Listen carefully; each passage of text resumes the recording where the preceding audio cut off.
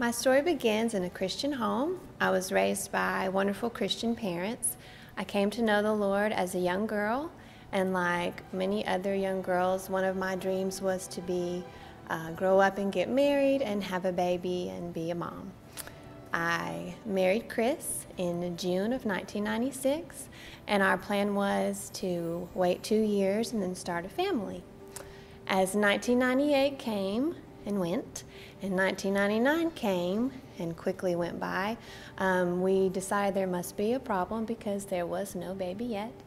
So we went to some specialists, and in the summer of 2000, we were able to get pregnant, and we were ecstatic and thrilled, and I remember praying every night. And a few months later, when we went to an appointment in November, they could not detect a heartbeat any longer. So we found out that the baby had died. We were devastated and heartbroken. And a few months later, we went back to the specialist several more times, but no success.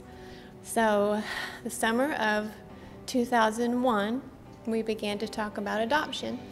And we knew that God wanted us to adopt. We just always thought we would have biological children first and adopt later. I didn't want to let go of my dream of being pregnant and having a child. I prayed about it a lot, and in my mind I could give it to the Lord, but my heart was not cooperating at the time. And so in June of 2001, we were with the youth at youth camp, and one evening Chris showed a video of the song I Can Only Imagine, and it had clips of Jesus, and it was the sweetest portrayal of Jesus I've ever seen. And at the very end, he turns around and he does this and says, "Come on."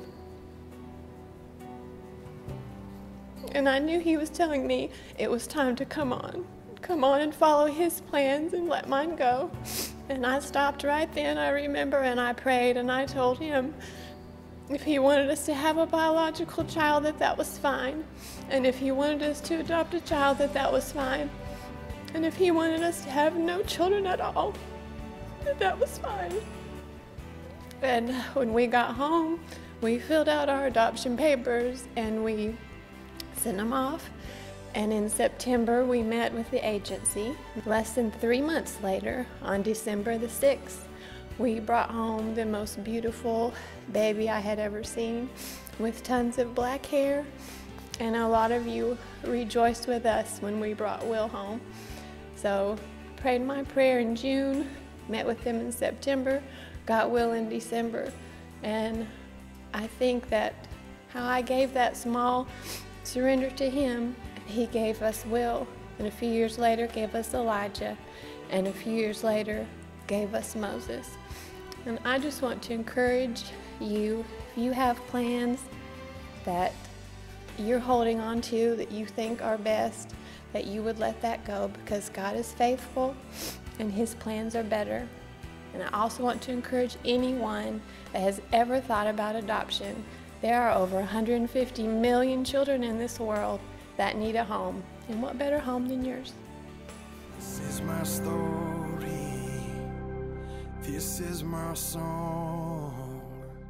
Praising my Savior all the day long.